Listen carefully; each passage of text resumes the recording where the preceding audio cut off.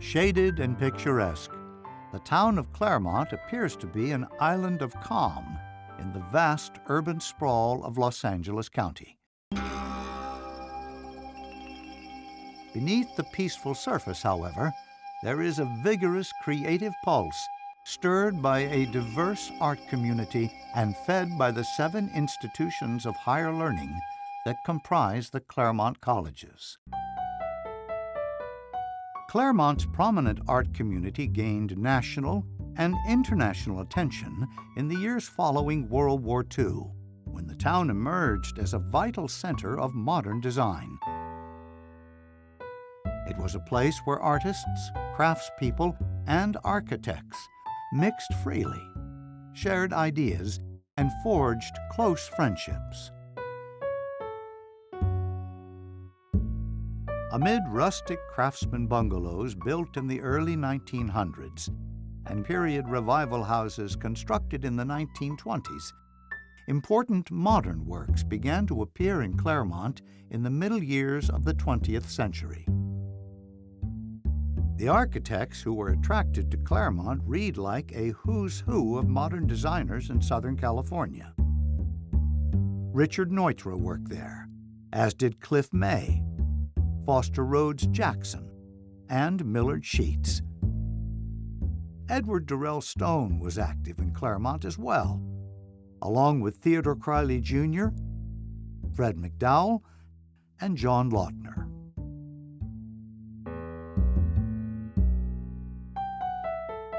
Signs of modern thinking in architecture are widely apparent in Claremont. They can be seen in the clean lines of homes with exposed post and beam construction and flat or low-pitched roofs.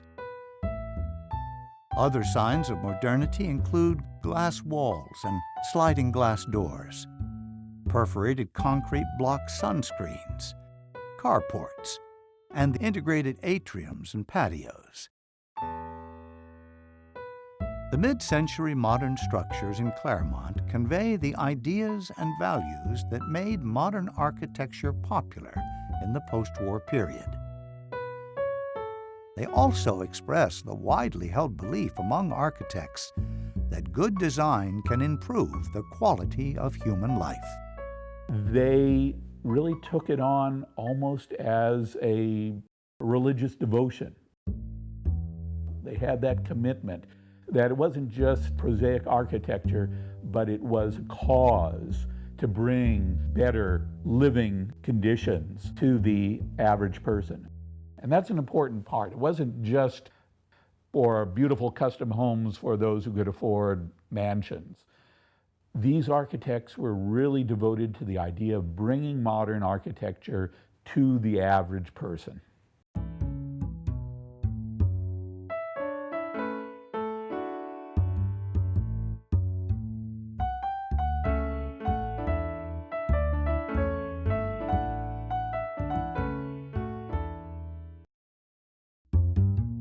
Major funding for Claremont Modern was provided by Howard and Roberta Amundsen and the Amundsen Foundation, the Windgate Charitable Foundation, Andy and Blenda Wright, Brent Harris, and Carolyn and Tom Owen Toll. Additional funding was provided by the following individuals: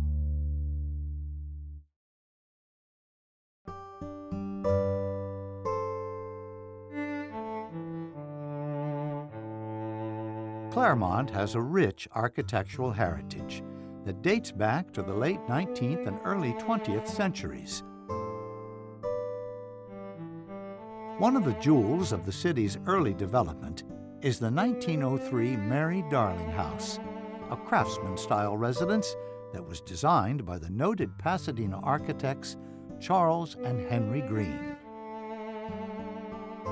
With its forthright expression of structure, its honest use of materials, and its many built-in features, the Darling House can be seen as a harbinger of modernism.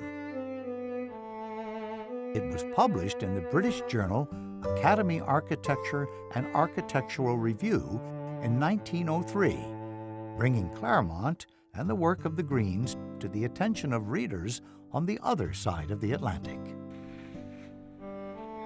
Alan Brookman is the architect who supervised the restoration of the Darling House. He notes that its simplicity and clean lines distinguish it from the cluttered Victorian styles of the time. When you look at the exterior of the house, it's very long, very low. Turning the gable the short direction emphasizes the horizontal lines on the house. The Darling House appears symmetrical, but isn't. Instead of symmetry, Charles and Henry Green sought a dynamic balance of architectural elements, another expression of modernity. The sleeping porch is not placed equally under the ridge. The front door is not centered under that sleeping porch, and the bays are not equally placed on either side. Yet, the house is very carefully balanced. It's very easy to do symmetry. Anybody can do that. But to get something to balance in composition like that, as subtly as they did, is truly the mark of a master. Inside the Darling House, there is still more evidence of modern thinking, including the use of pocket doors, which allow the first floor to be opened into a single, uninterrupted space. Like Frank Lloyd Wright, Charles and Henry Green favored comprehensive design. They sought to create fully planned living environments. This comprehensive approach to design would become one of the hallmarks of modern architecture. In Victorian houses, of course, the furnishing style was, say, one of clutter. By removing that clutter and building in the furnishings, the benches in the bays in the house here, the bookcases built in, it eliminates one potential source of clutter. This is definitely a waypoint on the way to the very simple and clean lines of truly modern architecture. Craftsman-style houses and arts and crafts bungalows fell out of fashion following the First World War. In the buoyant and prosperous 1920s, there was wide public enthusiasm for period revival architecture. Mediterranean revival houses were popular, and many have been preserved in Claremont, including the Padelford House of 1927. Examples of Tudor revival architecture also abound in Claremont. A fine example is the Ragland House, also built in 1927.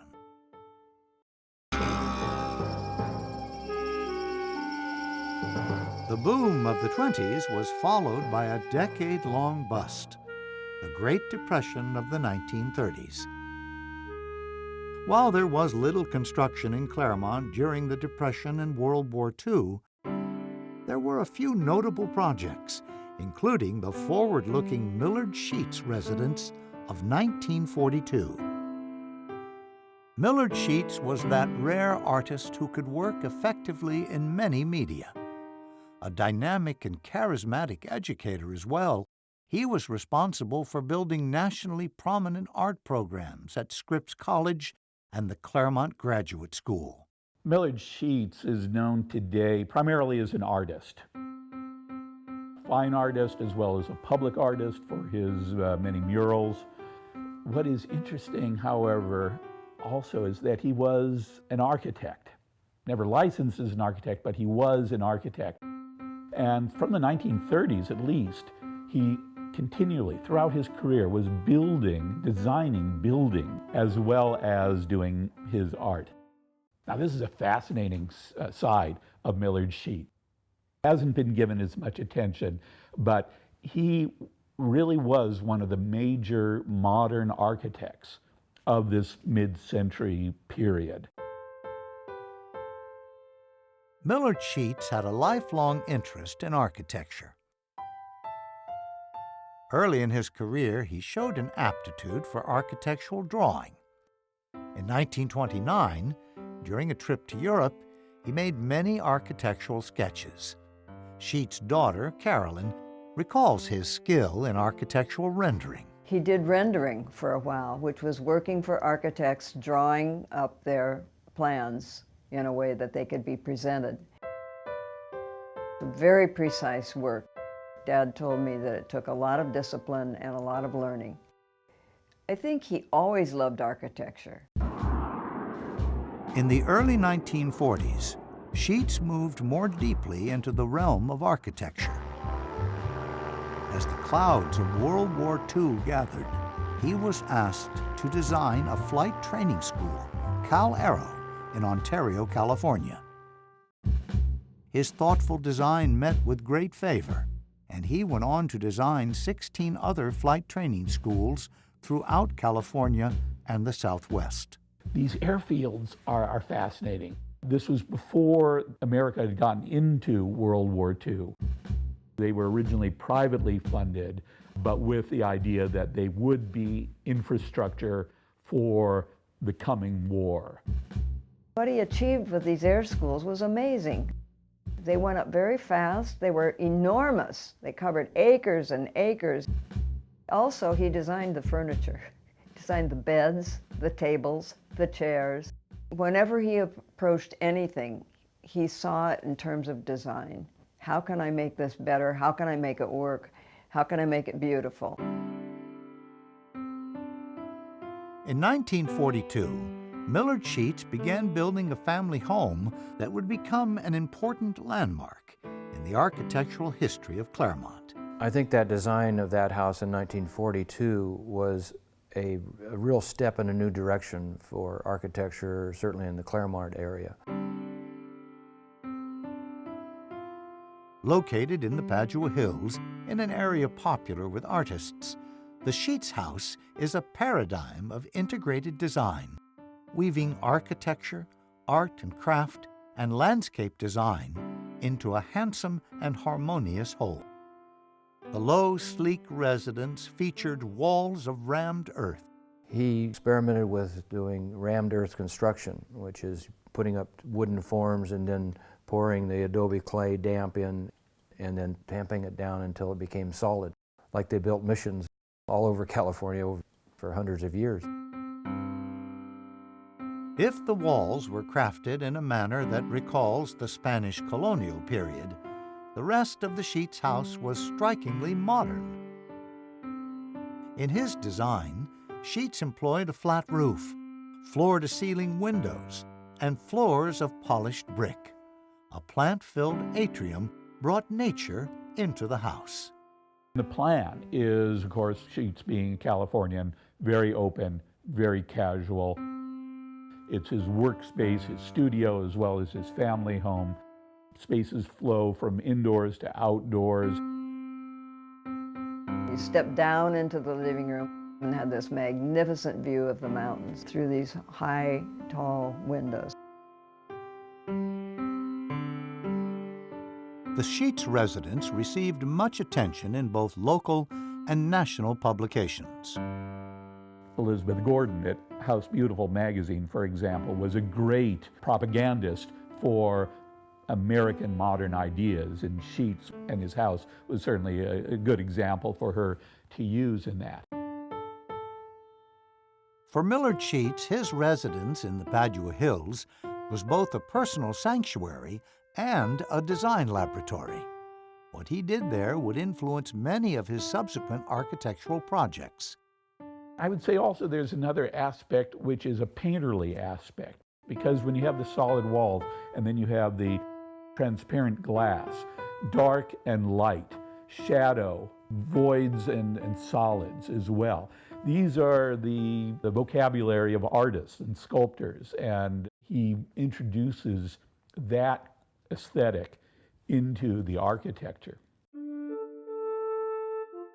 In addition to championing the integration of art and architecture, Sheets spoke passionately about the importance of art in everyday life, declaring that art in public spaces is a social necessity.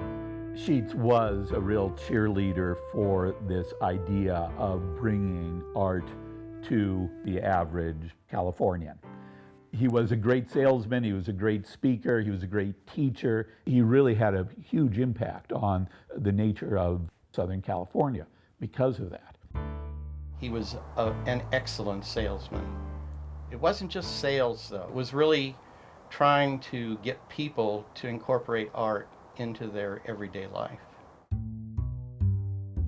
Millard Sheets' deep interest in architecture led him to include architectural design in the art program at Scripps College. He brought in a number of significant architects, people who had studied at USC, which was becoming the school for modern architecture, at least in Southern California. People like Whitney Smith was very well known. He was part of the Case Study House program that Arts and Architecture magazine started in the 1940s. And he came to Claremont to teach architecture at Scripps. One measure of the interest in modern design at Scripps College was a 1950 exhibit entitled 16 Architects. Organized by Whitney Smith, the groundbreaking exhibit highlighted the work of such important architects as Richard Neutra, Rudolf Schindler, Gregory Ain, Charles Eames, and John Lautner. But it also included home furnishings and arts and crafts. So there was furniture, there were ceramics, there were textiles, virtually anything that you would find in a home. And a number of the pieces in the exhibition were by local Claremont artists. And this is something that was really had to be groundbreaking at the time, 1950 in Claremont, and here's this major exhibition of the best architecture and design that was available at that time. Millard Sheets' embrace of comprehensive design and his commitment to public art came together in 1955 in the form of a major church project. The Claremont Community Church, now the Claremont United Church of Christ, is an outstanding example of the convergence of art and architecture at mid-century. For this endeavor, Millard Sheets worked closely with the architect of record, Theodore Criley, Jr. Sheets also tapped the creative energies of many Claremont artists to create an art-infused house of worship. The ceramic sculptor Betty Davenport Ford was one of them. It was a wonderful coordination of artists, and all of the artists were very thrilled to be included. What was a community church became a community art project. He brought together a collaborative group of artists and architects to create really a public monument, a public space. You can see how much Sheets is interested in bringing modern art and architecture to everyone. A large segmented cross, designed by Sheets, graces the facade of the church. The building is supported by massive tapered arches made of cast concrete. The arches are visible on the exterior, but they have their most dramatic effect inside the church. With the aid of his assistant, Susan Hertel, Sheets designed 2 of the 6 stained glass windows that illuminate the southern wall of the sanctuary. They depict scenes from the Old and New Testaments. For the chancel, on the west end of the church, the master furniture maker Sam Malouf contributed an ensemble of beautifully crafted wooden benches. The altar features a prominent mosaic by Jean and Arthur Ames. Here, 2 angels are seen announcing the arrival of the Lamb of God. A few years after construction of the main building, a smaller structure, Kingman Chapel, was added. For the wall above the northern entrance to the chapel, the artist Phil Dyke designed an abstract mosaic depicting Christ as the Good Shepherd.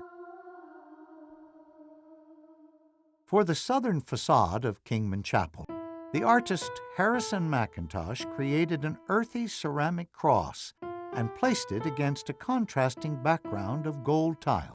The cross is a rather abstract cross. It was a very architectural treatment, and I thought it fitted in with the architecture. In an enclosed courtyard adjacent to Kingman Chapel, Betty Davenport Ford designed a sculptural mosaic featuring doves on a branch. She remembers Sheets' recruitment of artists for the church project, as well as the creative freedom he allowed. Millard called me in, and he told me that they needed a mosaic done for the patio of the new chapel, the Kingman Chapel. And he sort of left the color and the design up to me. I had a design, and he approved that. And Millard would drop by to see things and see that everything was going well from time to time. For the west wall of Kingman Chapel, the artist Douglas McClellan designed a series of stained glass windows on the theme of the Garden of Paradise. For this project, McClellan blended Christian symbols with images suggesting the bounty of nature.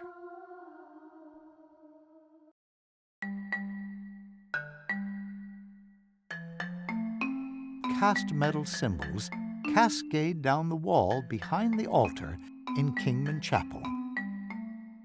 Designed by Paul Darrow and Dion Myers, the cast bronze elements seem at once ancient and modern.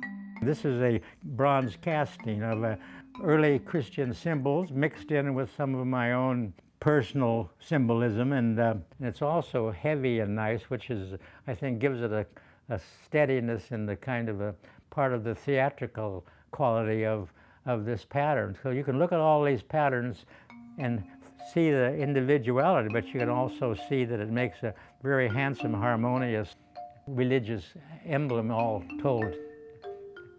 So it's one of the favorite areas in the church.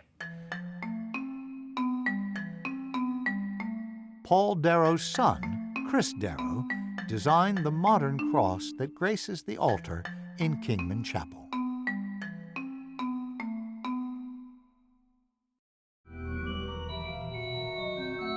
The Claremont Community Church project provides good access to Sheets' thinking about modern architecture. With his love of the visual arts and his desire to create art-rich environments, Sheets was exploring an alternative path for modern architecture in Southern California. He always was interested in how art and architecture were combined as one historically.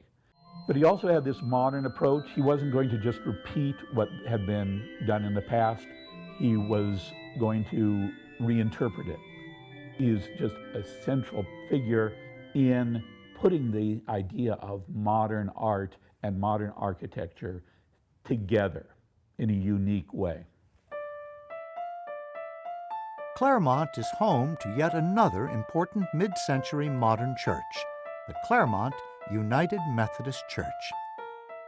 It was designed by Richard Neutra, one of the best-known and most eloquent proponents of modern architecture in Southern California.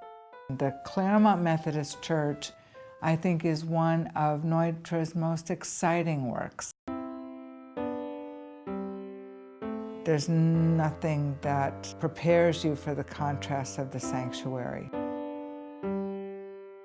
Neutra is playing with light and dark throughout this entire composition.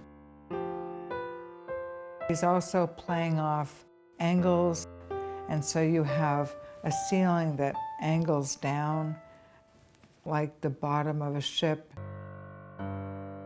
You have a canted wall that captures light coming in from the clear story that looks positively ethereal.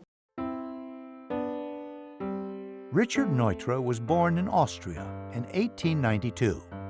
He immigrated to the U.S. in 1923. After a brief stint as a draftsman in Frank Lloyd Wright's office in Chicago, Neutra settled in Southern California.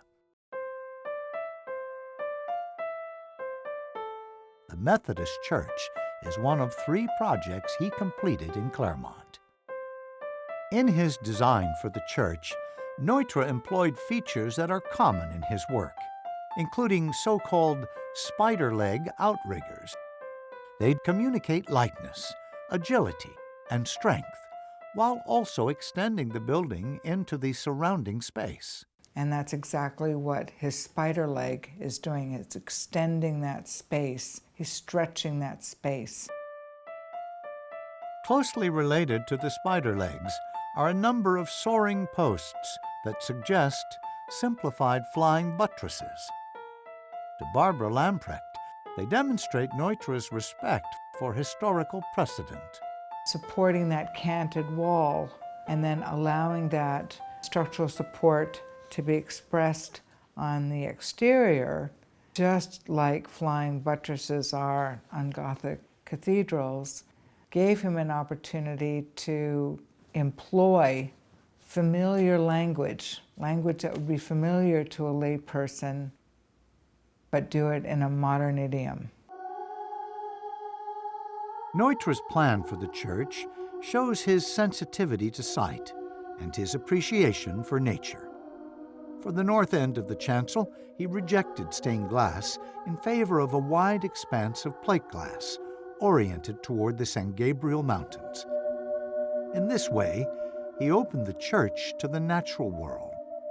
The end of the church is mostly glass, looking out towards nature, very self-consciously.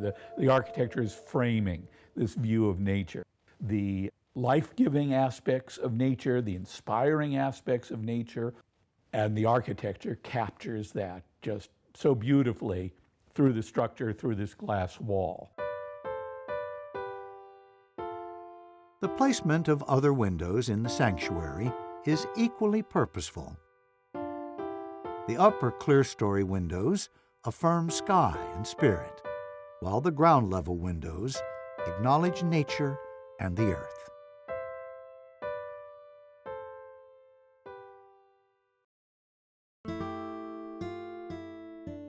In addition to the Claremont Methodist Church, Richard Neutra designed two residences in Claremont, the Hansch House of 1955 and the Ninnemann House of 1959. There's something really basic about Neutra's architecture that I think has great appeal to people. There's the economy of construction, his exquisite sense of proportion, and then the obvious delight in the environment. The beautifully composed Ninnemann House shows Neutra's mastery of space. With its refined lines, graceful proportions, and harmonious relationship with nature, the house presents an orderly and serene demeanor, suggestive of Japanese architecture. Neutra traveled to Japan in 1930, and when he arrived in Kyoto and Japan, he wrote later that he felt like he was coming home. There were so many similarities between his approach and the Japanese approach to landscape and setting, simplicity of details. Neutra wrote a book about Japanese architecture. He was fascinated and really learned a lot from Japanese architecture, which was also very light, thin, rectilinear in geometry. Color was critically important to Neutra. For the Ninnemann House, he specified the use of silver paint on framing and trim elements. We see here the silver of the columns, and the silver is because silver is the most diaphanous of colors, and it melds best with a background. Neutra designed another house in the hills above Claremont, this one for Corwin and Gloria Hansch. It sits serenely atop a narrow, rocky promontory on Olive Hill. For the Hansch House, Neutra placed a shallow reflecting pool on the roof of the lower story, creating the impression that the upper portion of the house is floating. The pool effectively stretches space, enlarging the house perceptually. So you have this reflecting pool that is just at the eye level when you're in the living room area, and it's cooling the house, but it's also reflecting the landscape around you. While a custom house by Richard Neutra was beyond the means of most home buyers in Claremont, there was nevertheless a strong demand for modern housing in the post-war period. Following World War II, there was a huge influx of GIs returning to the United States, and particularly in Southern California, where the population practically doubled between 1946 and 1947. We forget today that there was a housing crisis right after World War II. Basically, housing had not been built since the beginning of the Depression. And especially with soldiers coming home from the war, there was a tremendous demand for decent housing. The demand drove a wave of home building in tracts across Southern California, including Claremont. The future looked very bright, and it was because of modern technology. Even such simple things as dishwashers, let alone amazing new communications devices like television.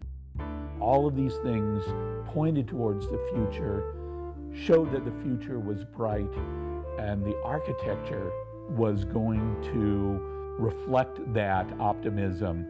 So it looks like no traditional type of architecture. People preferred houses with informal plans that permitted fluid movement between inside and outside, and that were easy to maintain.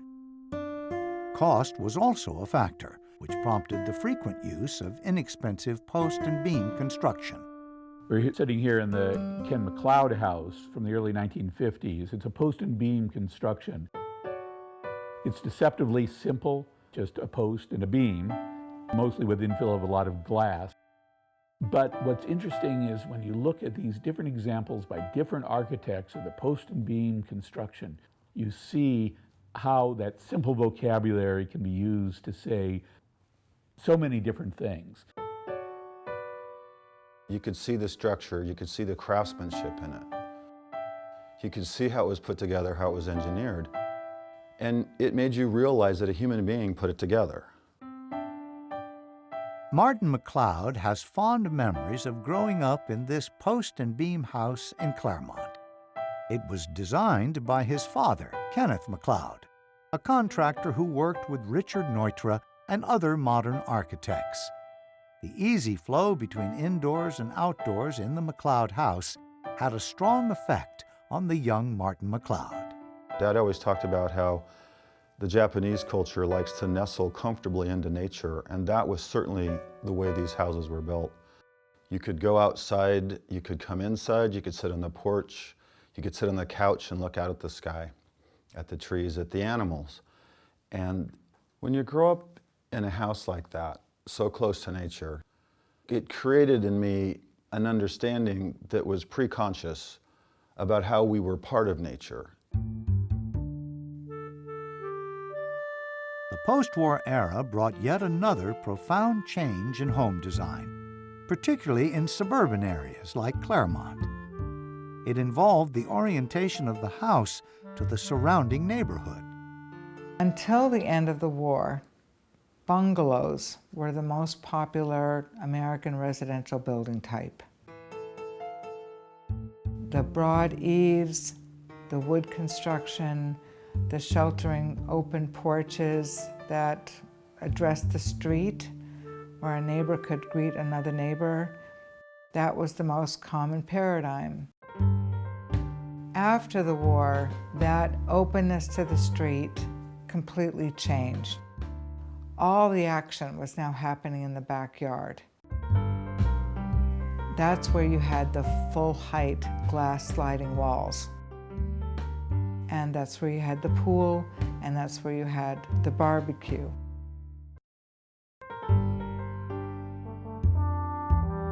There is considerable stylistic diversity among mid-century modern houses in Claremont.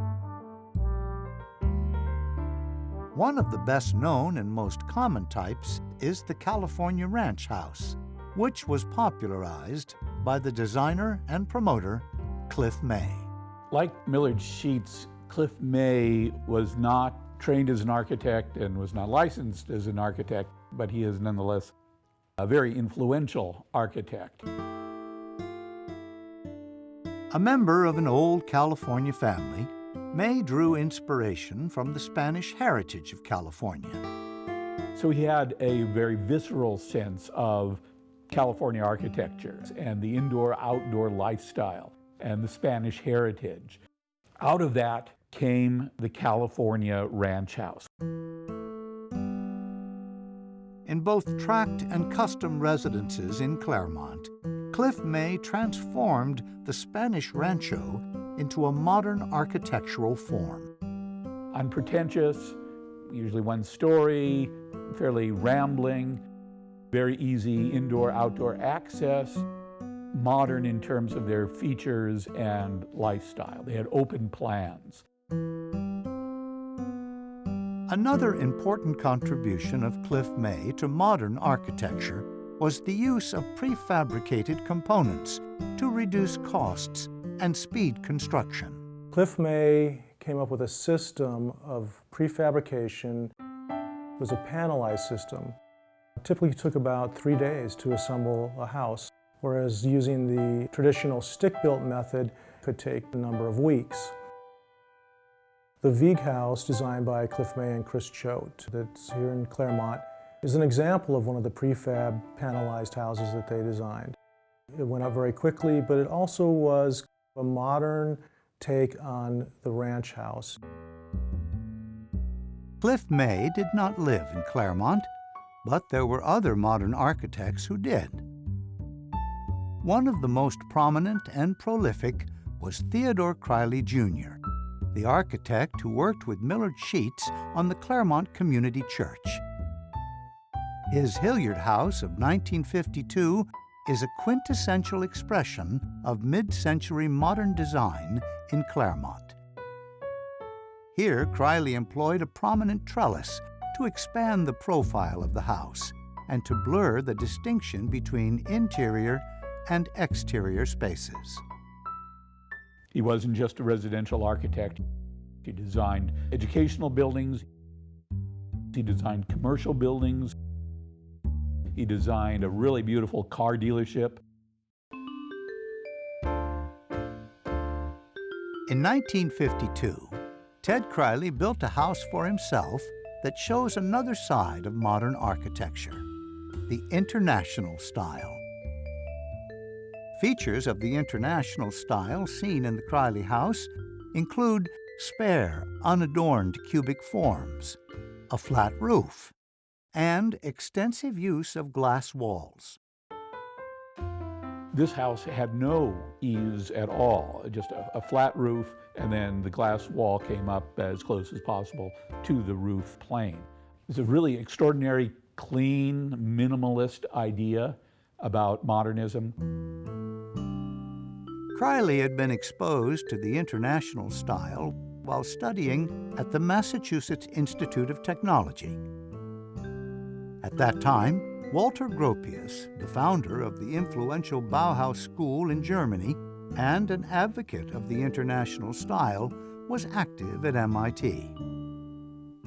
Although Criley did not fully embrace the International style, he did draw selectively from its minimalist vocabulary throughout his career, particularly in the design of institutional buildings. In 1956, Theodore Criley formed a partnership with another modern architect working in Claremont, Fred McDowell. Criley and McDowell's modern design sensibility can be seen in the Goodall House of 1958. The residence is located on Blaisdell Drive, better known as Faculty Row, which was a hotbed of modern architecture in the post-war years.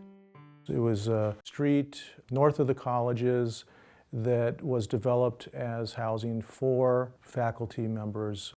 The homes were primarily designed by Criley McDowell. Fred McDowell was a graduate of the USC School of Architecture, a major center of modern thinking in architecture. He discussed the importance of comprehensive design in a 1963 article in the Los Angeles Times. Total environment occurs when earth and dwelling merge into a recognizable whole, wrote McDowell, where terrain, floor plan, exterior design, building materials, and landscaping work consciously together. The rise of modernism stimulated idealistic and even visionary thinking in architecture. Many modern architects believed that good design could help alleviate a number of social ills. In Claremont, that belief found expression in the Intercultural Council Housing Project. The project was intended to foster the integration of Mexican-American families into the larger community, an endeavor of historic proportions in 1947. The intercultural housing experiment was a good example of how architecture and design can impact a social situation. It's something that was way ahead of its time. This is 1947-48, so literally 20 years before the Fair Housing Act came around in 1968. Spearheaded by Millard Sheets and other community leaders, the project employed architectural design in the service of integration.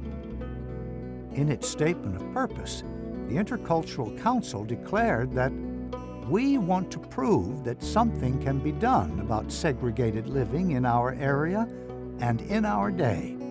It is time people in America learn to live together without respect to color, race, nationality, and creed. We hope our efforts may help bring about this fundamental achievement. The project consisted of 12 houses sited on a triangular parcel in the Arbol Verde section of Claremont.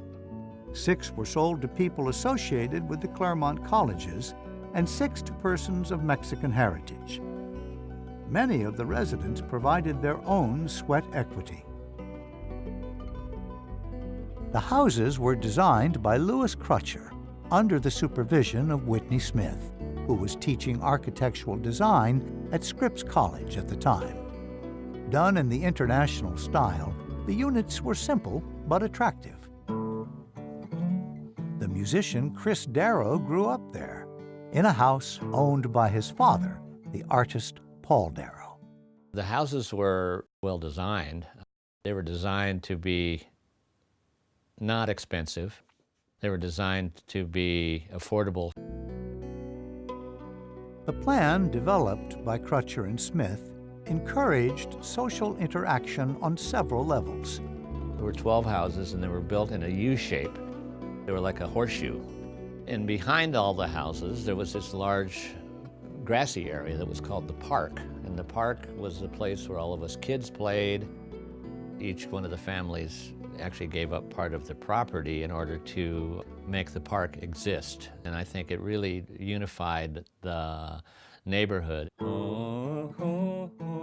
Chris Darrow's childhood experiences in the multicultural community have had a profound effect on his life and work. There was an integration of lifestyles and consciousness of different kinds of cultures that you wouldn't have necessarily gotten in any other kind of a situation like that. And as I got to travel later on in my life, I was much more open to different cultures than I probably would have been had I not grown up in that community. If the effects of growing up in the Intercultural Housing Project were beneficial for Chris Darrow, so too were his experiences in the Claremont Art Community. And all the tricks I've played. I've been very strongly affected by the art community in Claremont for most of my life. Going back to the Millard Sheets situation and the arts and Claremont, I wouldn't be here doing what I'm doing if it hadn't have been for the environment that I grew up in. And I feel like a very fortunate guy to have grown up in a town like Claremont. when you are raised with that kind of environment, you just feel like you're part of it. And you can do it. You can become an artist. You can build houses. You can paint. You can do whatever you want to. And in a place like Claremont, with all these artists around, there were all these people to talk to and be inspired by. As the Claremont Art Community grew in the 1950s and 60s, there was a vital exchange between artists and architects. One of the unique aspects of Claremont Modernism is that there were so many modern artists as well as modern architects here, and they did form a community. They worked together. The architects designed homes for the artists. They were often a collaborative effort. You can see this interaction working together in a very collegial way to create what we now call Claremont Modernism. Of the many Claremont artists who chose local architects to design modern houses for them, one of the first was the painter Milford Zorns. He hired the Swedish-born architect Carl Troedsson to design a house for him in 1939. Troedsson counterposed volumes of brick, glass, and stone to create a residence that was thoroughly modern for the time and that received favorable attention in architectural magazines. Several Claremont artists turned to Fred McDowell to design houses for them, including the ceramist Harrison McIntosh and the painter Carl Benjamin. Both houses provide fascinating glimpses into the convergence of art and architecture at mid-century. As a young man, Harrison McIntosh had direct experience with modern architecture. He lived in a house that Richard Neutra designed for his family in the Silver Lake district of Los Angeles. The choice of Neutra was no accident. Harrison McIntosh had encouraged his parents to select Neutra for the project. He even built a scale model of the proposed house. As a ceramic artist, McIntosh drew inspiration from the clean lines and formal purity of Neutra's architecture. He crafted beautifully proportioned vessels with refined surface designs, often abstracted from nature. His daughter, Catherine, recalls his debt to architecture. Dad has always had a very strong interest in architecture. His work often has a very small foot, but then a very powerful shape. But it's so carefully balanced on that small foot that it almost floats. And that sense of volume and form, much of it comes from studying architecture. In 1958, when McIntosh and his wife decided to put down roots in Claremont, they engaged Fred McDowell to design a house for them. It was located in the Padua Hills, near the home of Millard Sheets. Like other of McDowell's residences, the McIntosh house is a straightforward post and beam structure, and the rear elevation is open to nature. These post and beam houses with all of the glass let nature become a part of the interior of the house. And the connection to nature, to beauty, to something larger would enrich life.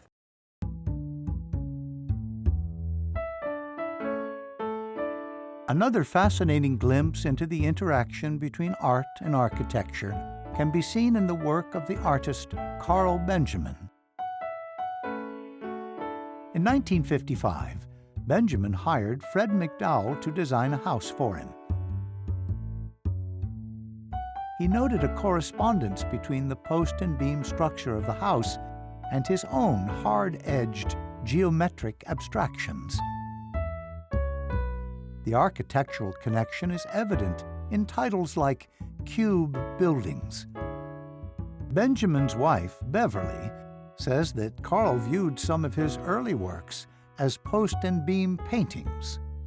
post and beam and its relationship to Japanese architecture came off very strongly in Carl's vocabulary, his experience, and his paintings themselves. Carl Benjamin even talked about his own paintings as post and beam. And the simplicity, the rectilinearity, the framework of his paintings definitely has a correlation to the framework and the organization of the houses of Fred McDowell.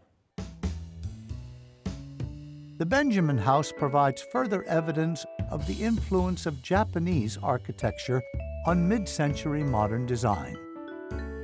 Architects like Fred McDowell admired the lightness and transparency of Japanese architecture, as well as its straightforward expression of structure. Inspired by Japanese aesthetics, McDowell designed a simple yet effective entryway in the Benjamin House. You enter the house and there is a feeling of a vestibule. It's really just a few sticks of wood and a little panel that separate the front door from the rest of the house.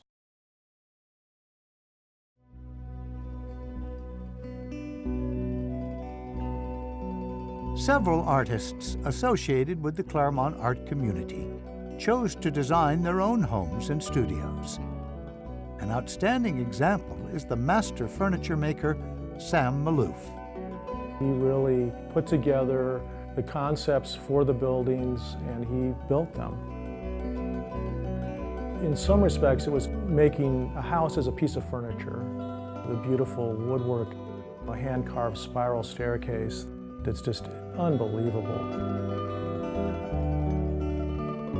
Over a number of years, he built a literal compound with a home, studio, all created by his own hand.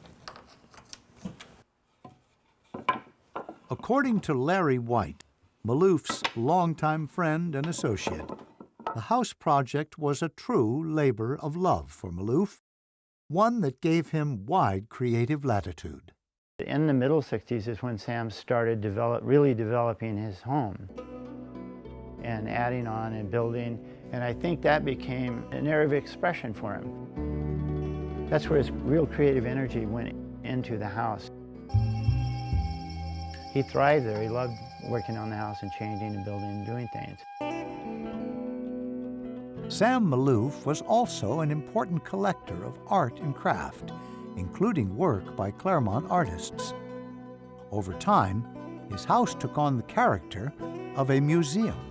Even though Sam, in the early days, had very little money, he began collecting and never stopped. Sam was exceedingly enthusiastic about his friends' work, loyal to them, and helped them very much by buying a lot of their art. Throughout his home, always, there has been a great number of all the Claremont artists' work.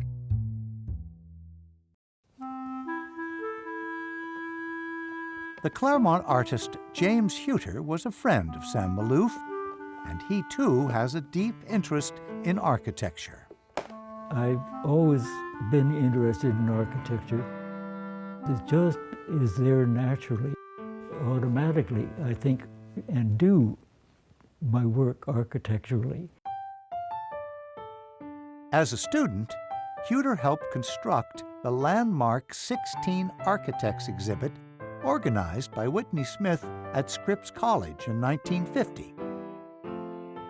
Encouraged by Smith, Huter also entered a house design competition sponsored by the National Association of Home Builders.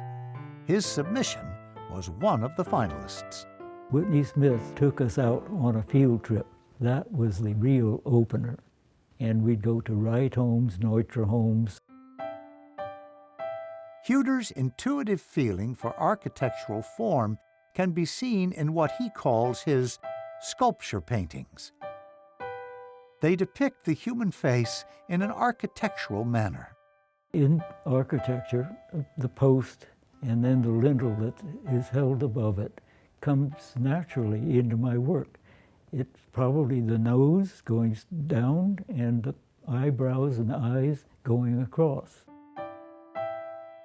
To heighten the element of surprise, Huter often incorporates mirrors into the constructions. When you look straight in to this area, on this side or either this side, straight in either side, then you will find that the mirrors are set to reflect what is happening over here.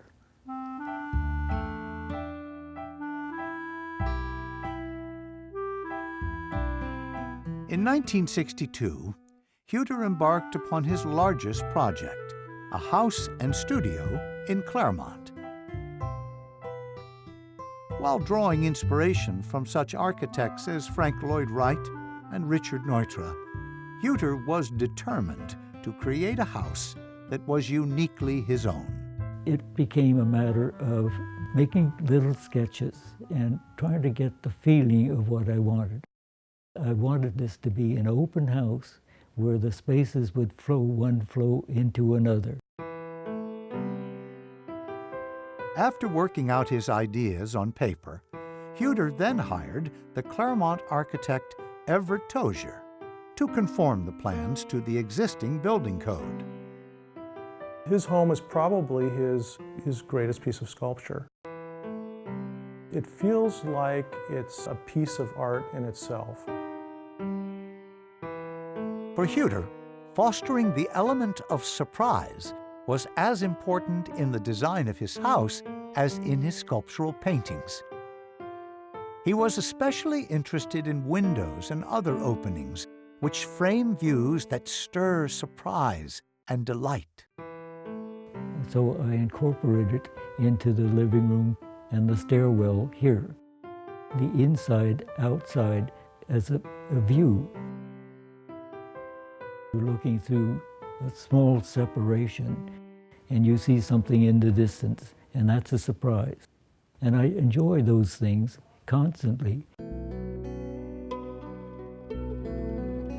While Jim Huter chose to build his house in Claremont proper, other artists joined Harrison McIntosh and Millard Sheets in the Padua Hills, building modern houses in that beautiful mountainous landscape.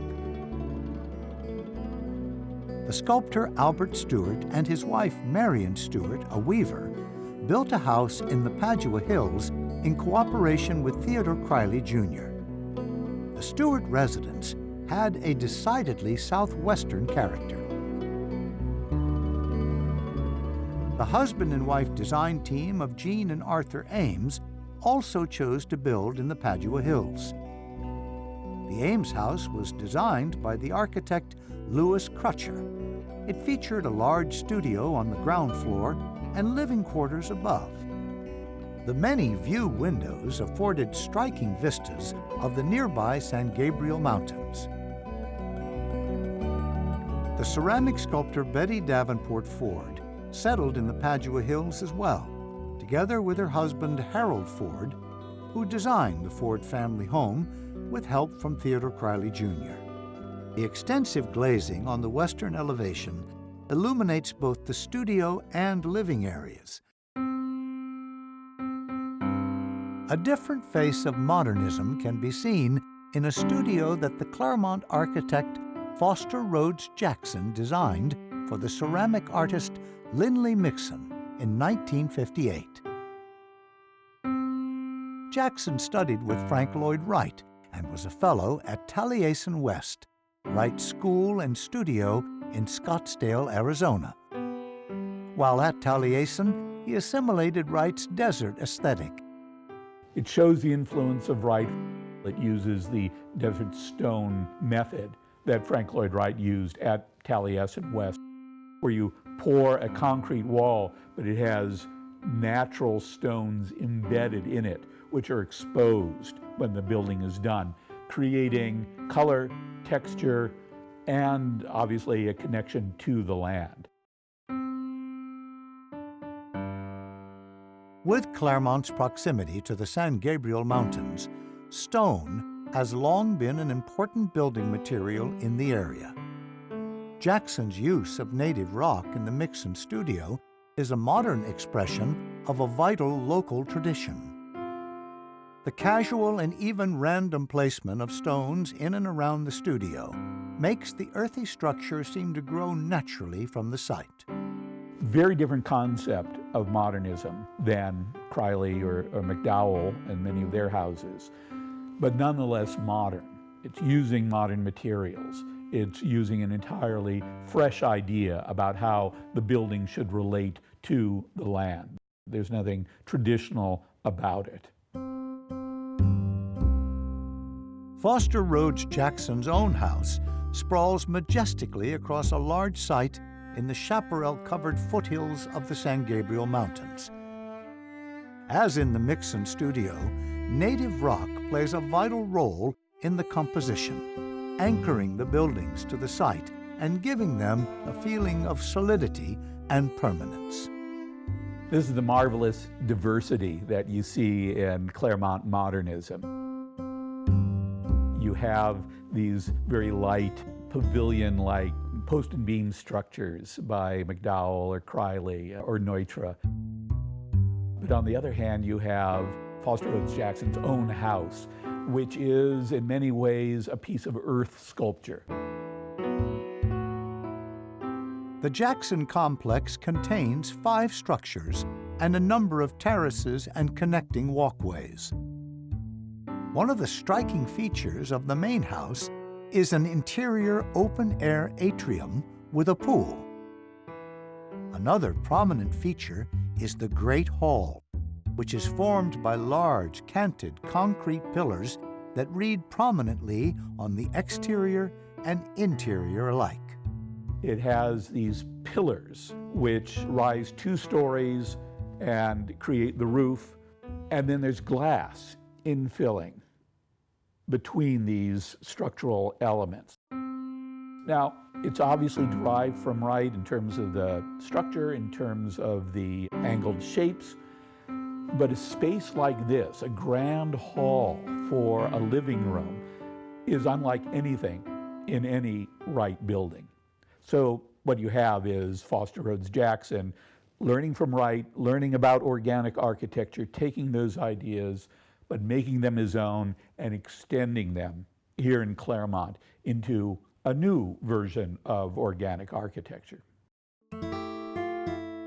Like most other modern architects who were active in Claremont in the post-war era, Foster Rhodes Jackson designed commercial and institutional buildings as well as custom homes. His design for Hendrick's Pharmacy in Claremont Village provides further evidence of his debt to Frank Lloyd Wright. Wright's influence can also be seen in Henry's Diner, an extroverted and highly stylized building by the architect John Lautner. Inside and out, Henry's Diner is a flamboyant exercise in restaurant atmospherics in the post-war period. Another example of modern commercial architecture in Claremont is the Huntley Bookstore, which was designed by Quincy Jones and Frederick Emmons. The building's strong linear character is reinforced by a prominent horizontal beam that spans the front elevation. The Sumitomo Bank building by Everett Tozier shows yet another side of modern commercial design in Claremont. Its Japanese-inspired timber tower is of particular interest. Carefully integrated into the tower are a number of ceramic elements designed by Harrison McIntosh. Still another example of the rich interaction of art and architecture in Claremont in the post-war era. No Claremont artist or architect had a greater impact in the realm of commercial architectural design than Millard Sheets. Sheets put a strong imprint on the visual landscape of Southern California in the post-war period, especially in retail banking. The largest project of his career, and the one for which he is best known, is the series of branch offices he designed for Home Savings and Loan Association. These modern monuments to consumer finance demonstrate Sheets' continuing commitment to the integration of art and architecture. I don't know how you can describe the talent that he had. It was immense, and everything was art. Everything was art. The architect Rufus Turner worked with Sheets for 8 years on the home savings projects. Brian Worley, seen here installing a mosaic in Turner's home, also assisted Sheets on many of these projects. Millard was that rare breed. He was a businessman as well as an artist, and that's rare. Every building that I recall we did, there was a place for art. And sometimes there was art first, build a building around it. The origin of the Home Savings and Loan Project dates back to 1953, when the Los Angeles financier Howard Amundsen contacted Sheets and asked him to design a building for the National American Fire Insurance Company at a site on Wilshire Boulevard in Beverly Hills. The arrangement was highly unorthodox, recalls the historian Adam Aronson. Howard Amundsen gave Millard Sheets no specific instructions. He just told him he wanted a building that would be beautiful and that it would stand the test of time. Howard Amundsen was thrilled with Sheets' treatment of the fire insurance building, and he quickly engaged him in a second project, a branch office for another of Amundsen's enterprises, Home Savings and Loan Association. In an act that was at once audacious and brilliant, Amundsen gave Sheets carte blanche and encouraged him to design the home savings building as if he were doing it for himself. Sheets had pulled out all the stops with this building. He had stained glass windows that reached from the floor all the way up to the top of the 2 stories. There were gold tiles with HS&L for Home Savings and Loan out front. There were classical statues. There was a mosaic. When the Home Savings and Loan building opened in Beverly Hills, people lined up around the block. And both Sheets and Amundsen were astounded for this reaction. They ended up sending out a survey asking, what attracted you to this? Why did you want to be part of it? And the response came back that people wanted to be associated with something beautiful. The building was paid for with all the new deposits in a matter of weeks, and Sheets and Amundsen saw that this would be a model that could work going forward. And I think that's one of the things that really impressed Howard and impressed a lot of people was the value of art in business. The Beverly Hills branch marked the beginning of a working relationship that would continue for several decades, and that would provide employment for many Claremont artists. During that time, Sheets and his project team designed dozens of branch offices throughout California, including the Encino branch, now owned by Chase Bank. The artwork became the brand for Home Savings. The Sheets work, the gold tiles, the travertine facing, the local story told in mosaic, that work was able to tell people instantly that this was Home Savings. Over the decades, the Millard Sheets studio created more than 100 of these buildings for Home Savings. And they tell a story both to their own local community and as a group, they tell a much wider story about the interaction between private finance and public art. Sheets sought to align the imagery in the artwork with the marketing strategy of Home Savings. He did so by pulling in images of the family, of intimate moments between parents and children. And I think it's very effective at getting across an idea of security to show a mother and a child, or children at play. In his commercial design projects, Sheets worked closely with his chief assistant, Susan Lautman Hertel. For the Encino branch, Hertel created a tile mosaic that shows people of different ages and ethnicities working cooperatively on the land, an image of humans living in harmony with the natural world. A lot of the murals, not just the Encino mural, but quite a few of the murals were family scenes that seemed very, very much like the way Sue lived, her particular lifestyle. That rural feeling that you get from that mural is very much her, the way she was living, and imparted a sense of strength and serenity.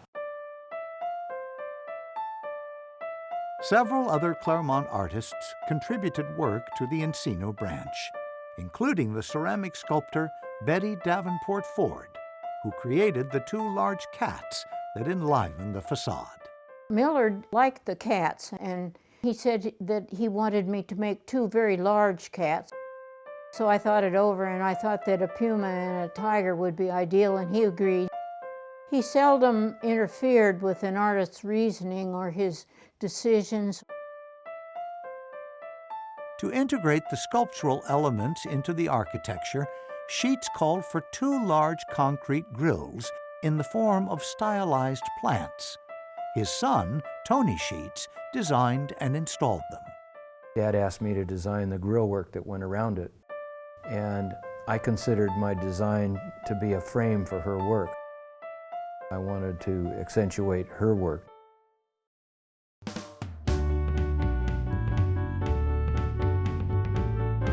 The Hollywood branch of Home Savings conveyed an altogether different energy and showed Sheets' ability to adjust the motifs and narratives to fit the locale. I think it may be one of my favorite of all the Home Savings murals because it is about Hollywood. And it has all of these well-known Hollywood stars. Also, it looks like film strips, and you get a sense of animation and action.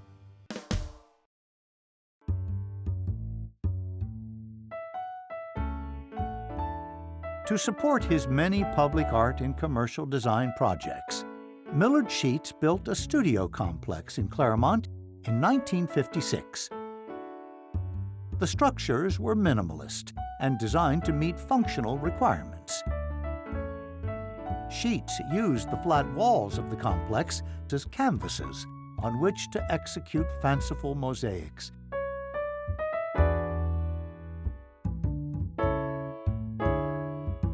The present landscape design was done later by the architect Domingo Paglia, who at one time worked with Richard Neutra. It is an extraordinary piece of modern architecture. I don't know of anything quite like it. It was a laboratory for bringing together all of these different types of arts and crafts and then using them in actual architectural projects. An extraordinary vision that he had and then was able to implement using all of these local craftsmen. He really was the conductor in all of this. He envisioned the projects and then brought together the team to actually produce them, to make them reality. An important member of the design team at the Sheets studio was the architect David Underwood, who worked on many of the Home Savings projects. Underwood also designed buildings for other clients. He played a key role in developing the distinctive visual style of the Bob's Big Boy restaurant chain. The Sheets studio cast a shadow that extended far beyond Claremont. Stained glass, murals, and mosaics created there were installed at locations across the country. Venues included the National Shrine of the Immaculate Conception in Washington, D.C., and the Detroit Public Library. The studio also designed the well-known rainbow mosaic at the Hilton Hawaiian Village Hotel in Honolulu. Equally famous is the Word of Life mural at the University of Notre Dame in South Bend, Indiana. It depicts Christ as teacher and is one of the largest stone mosaic murals in the world. Dad did a number of sketches to find something that fit the scale and the story they wanted to tell. So Dad ended up with a depiction of Christ with his hands raised as a teacher and then surrounded by his disciples.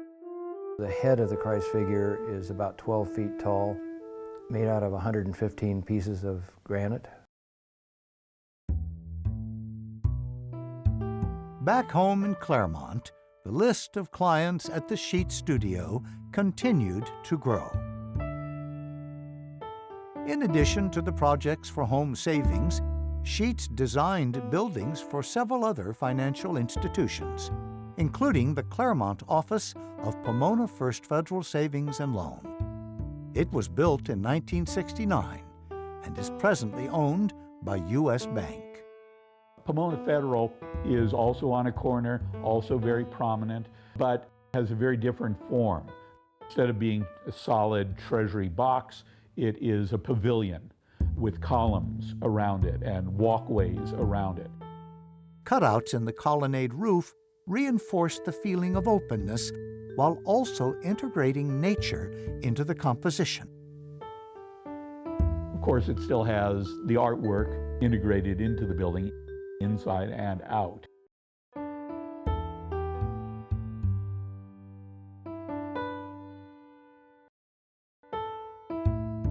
In his design for the nearby Garrison Theater, Sheets employed a similar configuration, playing off prominent white columns against a wall of red marble.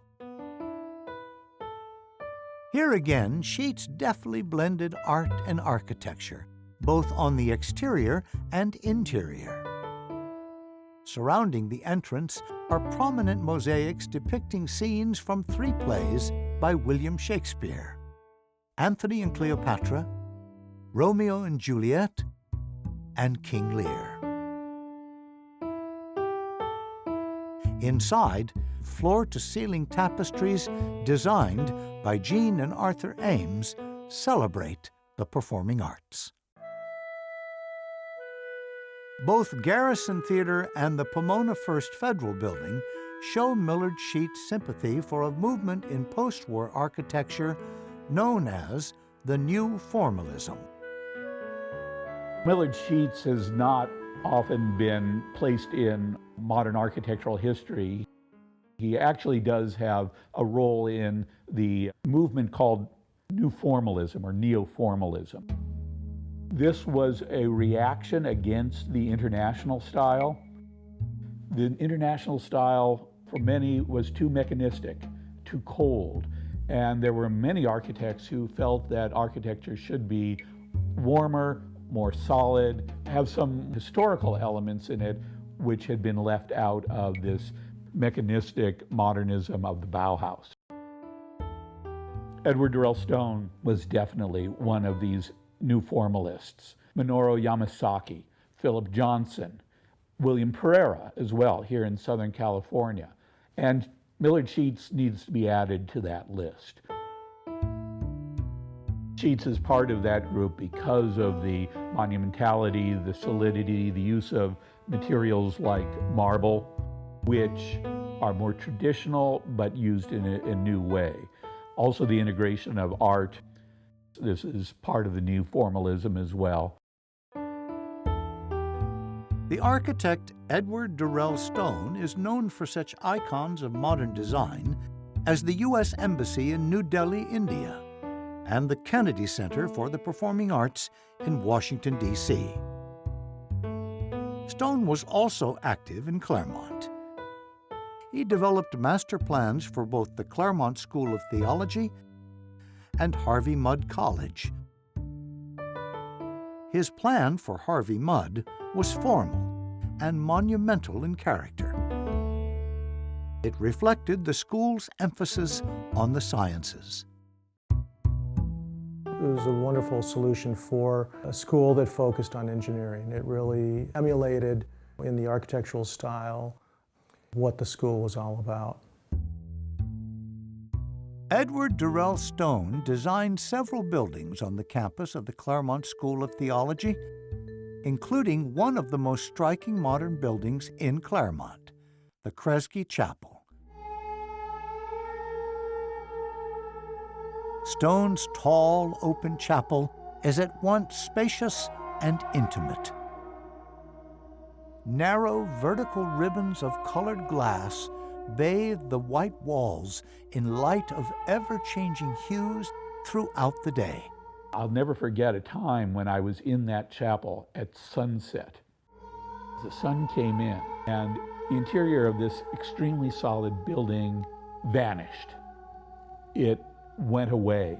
It was filled with color and light, and any sense of materiality or solidity to the building simply vanished before this light. It was an extraordinary experience. Later additions to the chapel include a rough-hewn altar, lectern, and chairs by the master wood craftsman Sam Maloof, as well as a dramatic suspended cross.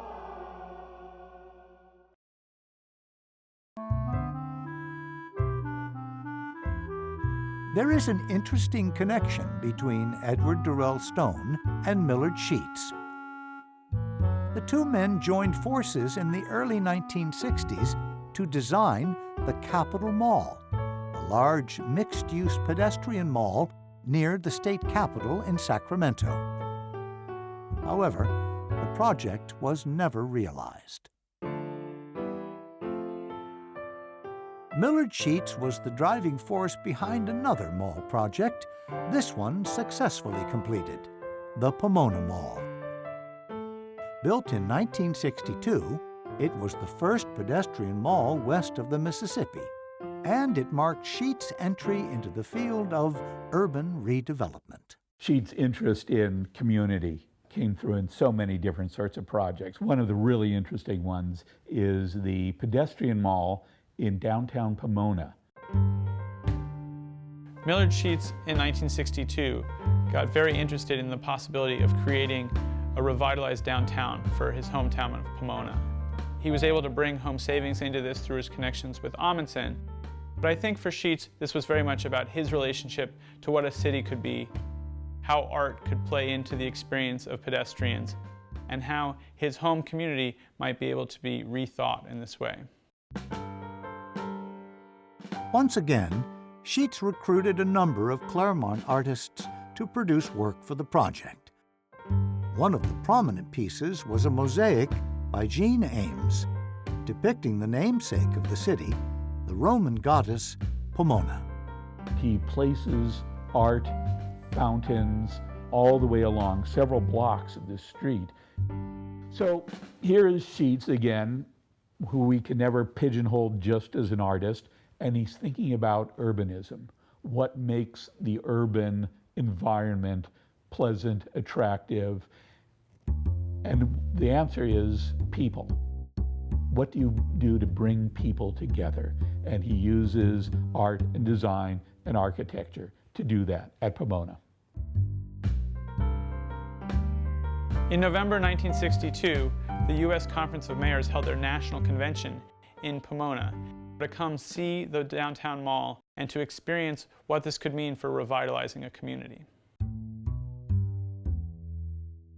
Other architects and designers in Claremont benefited from the wave of commercial and institutional development in the post-war years.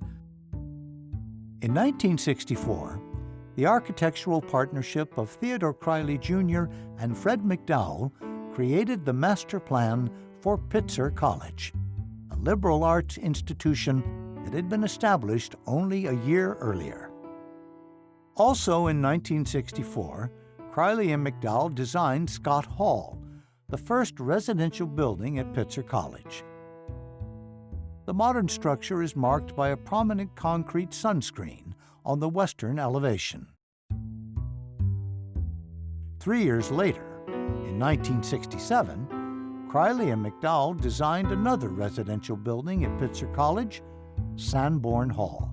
You could almost say the Pitzer campus is a medieval cloister concept, but expressed in modern architectural terms.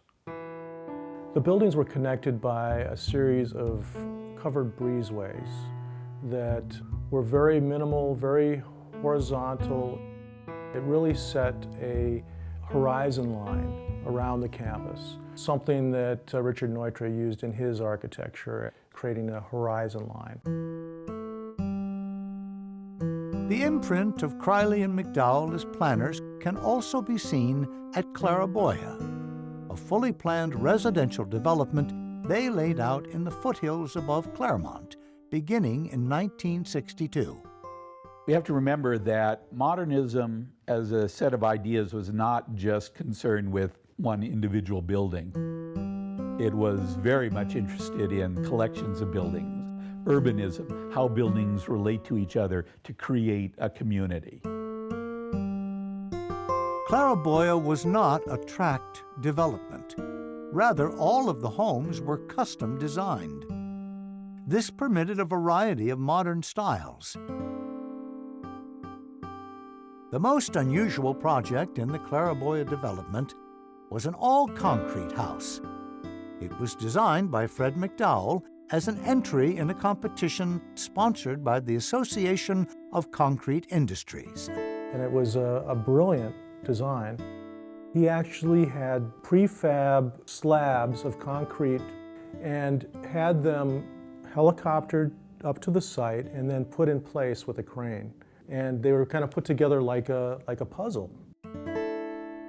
Amid a flurry of newspaper and magazine publicity, the house received the 1964 Western States Horizon Home Award. They had an open house following the construction, and tens of thousands of people actually came up to Claraboya to walk through this house.